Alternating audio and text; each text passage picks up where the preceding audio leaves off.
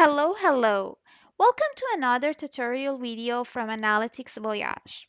In this video, I would like to guide you through using the data analysis toolpak in Microsoft Excel to obtain essential descriptive statistics for your data.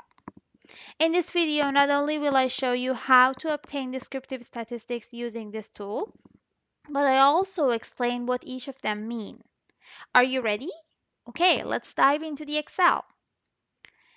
First thing we need to do is installing the data analysis toolpak. This toolpak is a very powerful feature in Excel created by Microsoft that simplifies various data analysis tasks. In order to activate, we go to File,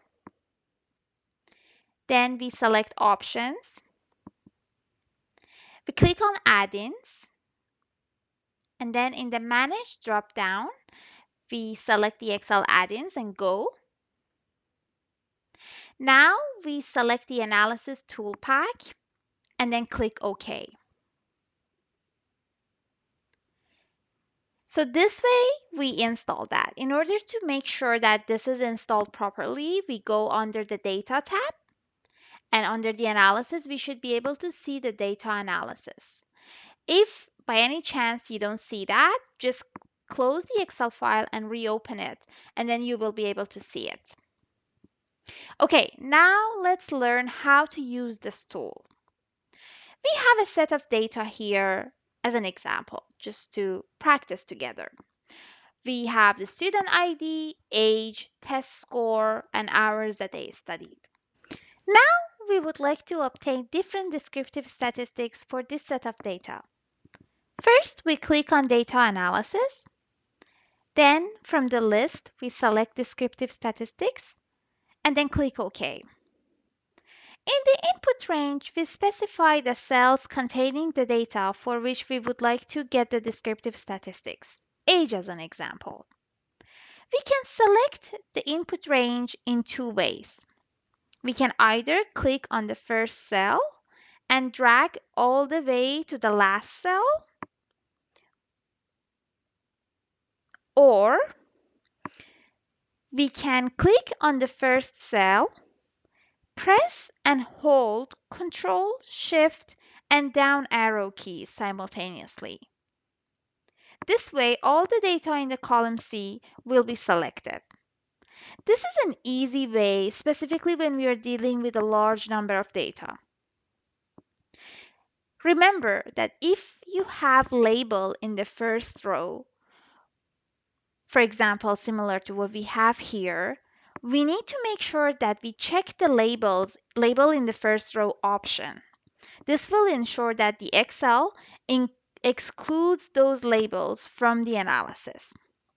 Okay, so now we identified the input. Now let's go to the output. Now we need to decide where to put the results. If we want to see the results in the same sheet, we can identify a cell in the output range. For example, F3. However, we can also see the results in a new sheet, for which we select the new worksheet, or a new workbook, which means like a new Excel file. In this way, you can have the results in a separate file from your data. And then we need to also select the summary statistics. This will give us insight into various aspects of the data, and it's very important to have it. Also, we have options for the kth largest and kth smallest. Let's explore these two.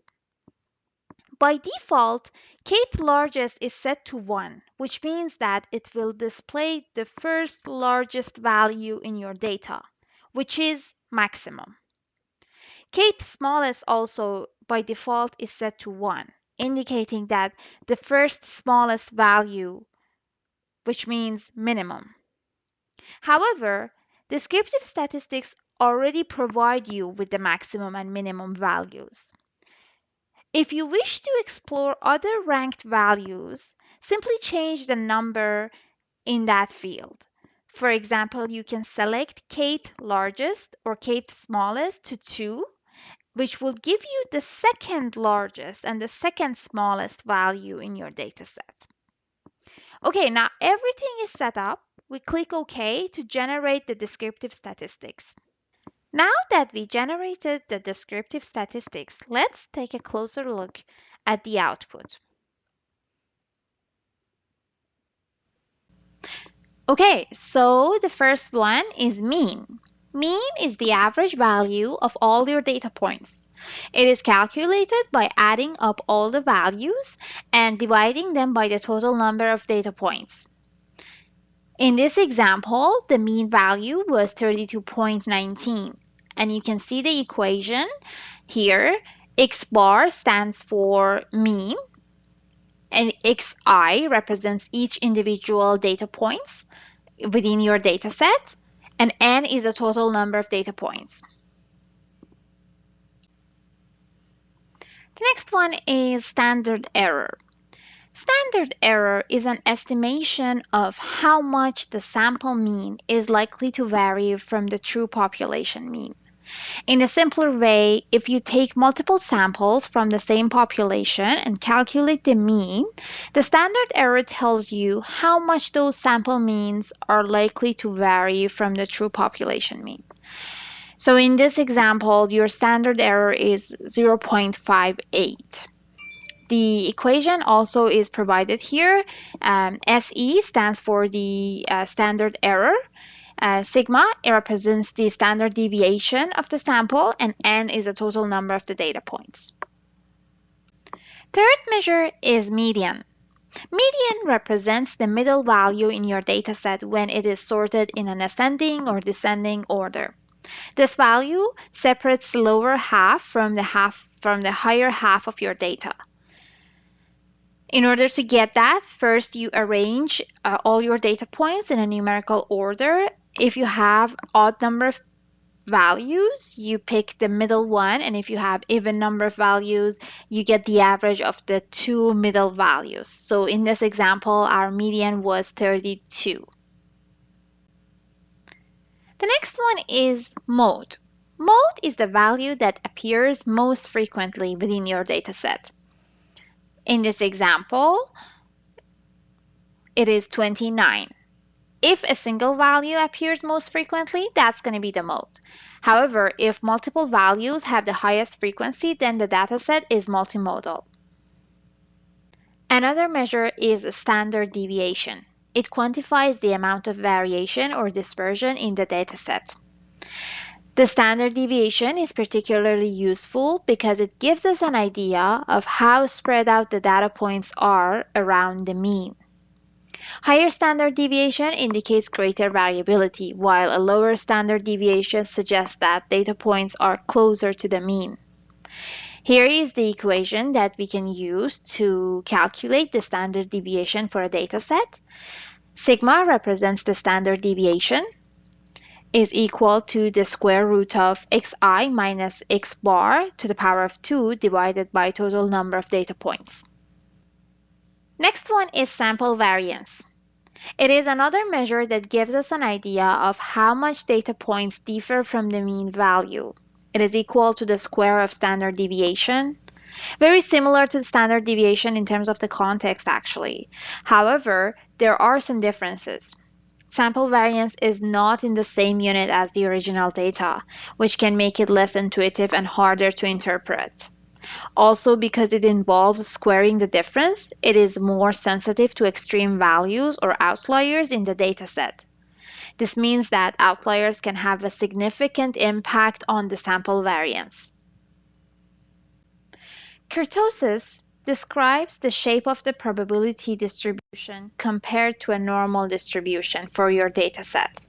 Positive kurtosis means that the data has heavier tails and sharper peak.